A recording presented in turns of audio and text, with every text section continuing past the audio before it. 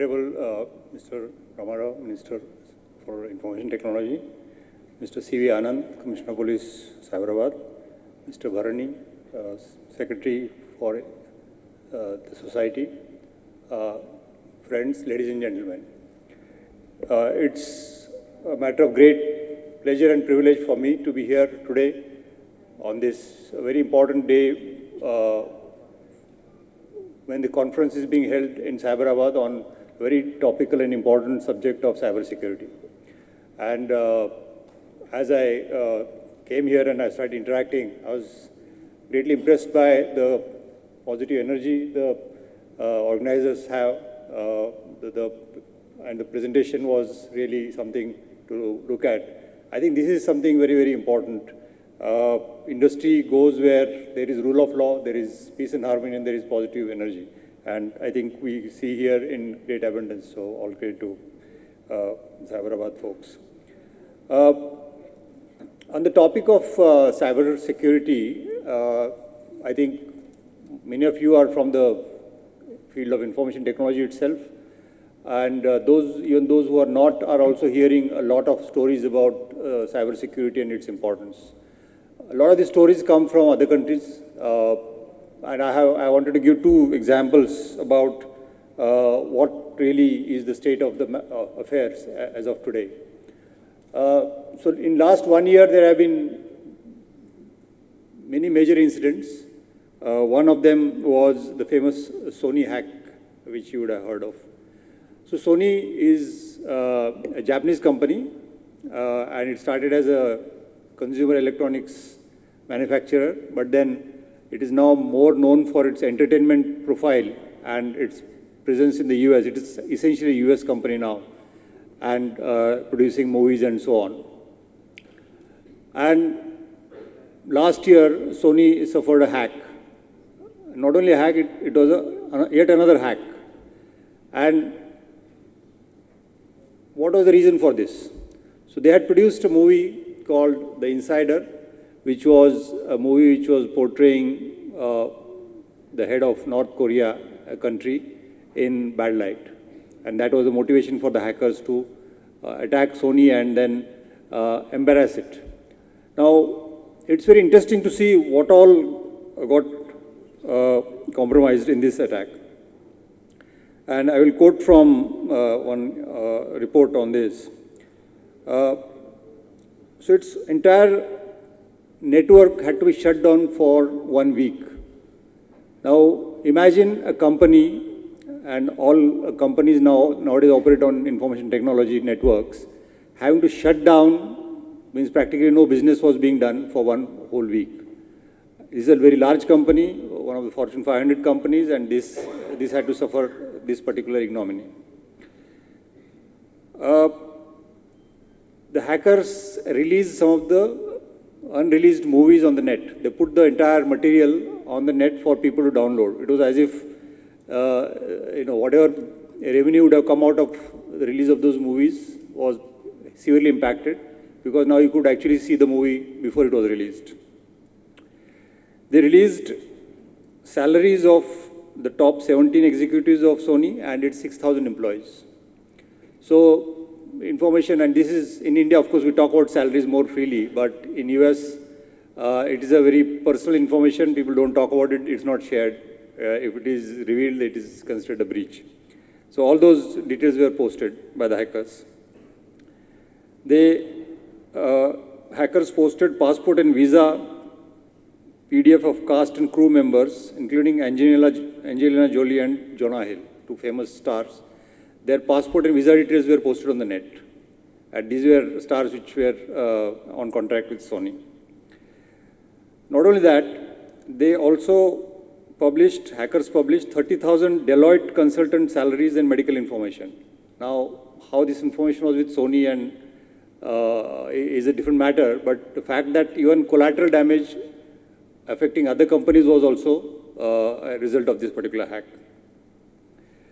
Sony's former employees, because all the information was put out there, so employees felt very agitated. They filed 3 class action suits against the company, which again exposes the company to large financial liability. A lot of very embarrassing mails were revealed where top C-level officers of the company were found making remarks which were racially sensitive, and there were uncharitable remarks about Angelina Jolie being the spoiled brat and so on. So all this was an outcome of a hack which happened with Sony. And the sad part of it was Sony was already hacked on an earlier occasion when their PlayStation network with 77 million IDs was hacked in the past with potential exposure of 1 billion worth of damages. Now, the details are important here because cybersecurity is like, like a chain where the weakest link will break the chain. And if a company like Sony, which is one of the top companies, cannot protect itself, and there have been other hacks also. Companies like RSA, which is a security company, got hacked. Google has been attacked. So now the going wisdom is there are two types of companies, those who are hacked and those who don't know that they are hacked. So that is the new wisdom, that hacking is going to be very difficult to prevent. You can anticipate it, you can respond to it, and that is a new approach which is now being advocated, saying that be prepared for the hack, be prepared to restore, be prepared to be back on the feet and go on. So I think this holds true of all complex systems where things can disrupt them, but the ability of the system to come back on its feet, the resilience factor is what really matters. And this is where I think the initiatives like today, where the community comes together, identifies its problems, and then takes countermeasures to ensure that these are contained and these are minimized to the extent possible, but also responded to well, is something which is a hallmark of a resilient community. And I think business will flow where such communities thrive. The other case I wanted to talk about little was which is a government-led case. So hacks are not specific to companies only; they are affecting governments also. So the Office of Personnel Management in the US, which keeps records of all government officials in the US government, was recently hacked. They admitted the hack in June. And initially the number was put at 4 million records, 4 million former and existing employees' records were compromised. And then gradually the estimate was revised to 18 million, and now it stands at 21.5 million. That means the entire database of the employee was gone. And what all is gone? I'll just give you an example of what kind of data is collected by the American government. And all governments, the more sophisticated they become, they have to collect more data. So there is a 127-page form, questionnaire 86, questionnaire for national security. Now imagine 127-page form. This form contains information about family members. So individual information is very much there. Biometrics, not biometrics, the demographics and so on. But also family members, college roommates, foreign contacts, and psychological information. Now, some roles require this kind of information, this kind of profiling for a person to be interested with that kind of access, that kind of responsibility, and all that information was compromised. There is also a rumor that biometric data has also been compromised. Now, this has very serious implications. This has implications for people's lives, people can get blackmailed, and so on. So, not only companies, whoever has information of value is at risk. And as Mr. Anand said in the beginning, it is at multiple levels. So if you are an individual and you think that nobody is going to bother you because you don't have information of that great value, please beware that there is a malware called CryptoLocker, which infects individuals' computers, encrypts all their files, and leaves a message saying that if you want your files back, please send $40 to so-and-so. So what has happened is cybercrime has become a retail industry. It is being carried out in an automated fashion. The attacker can target thousands and thousands of victims at one go, and the amounts are small enough for victims to pay up. If the amount is very large, the victim will not pay. But $40, $30, and they negotiate also. They give discounts also. Depending on, if the victim is able to convince that, he's not in a position to pay, they will give a discount. So this has become an industry. This has become an organized crime industry. So it affects individuals, it affects private sector, it affects governments. Now, how do you go about protecting yourself? So I'm not going to tell you that because I'm sure the whole entire day's proceedings will cover that. But I think if we recognize the problem, we recognize its seriousness, and then start identifying the right approach, the right policies, we would have made the first dent towards it.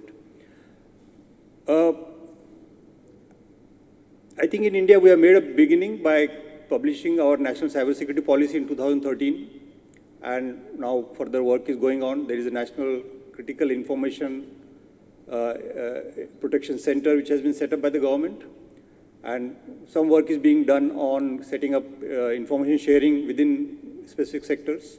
IDRBT, Mr. Kishore is here. He is running the information sharing center for the banking industry. And similar centers will be set up for other industries also. So awareness is going up. There was recently a discussion about blocking of pornographic sites. Now, that's one side, but the other side is that children are accessing content which is not appropriate for them.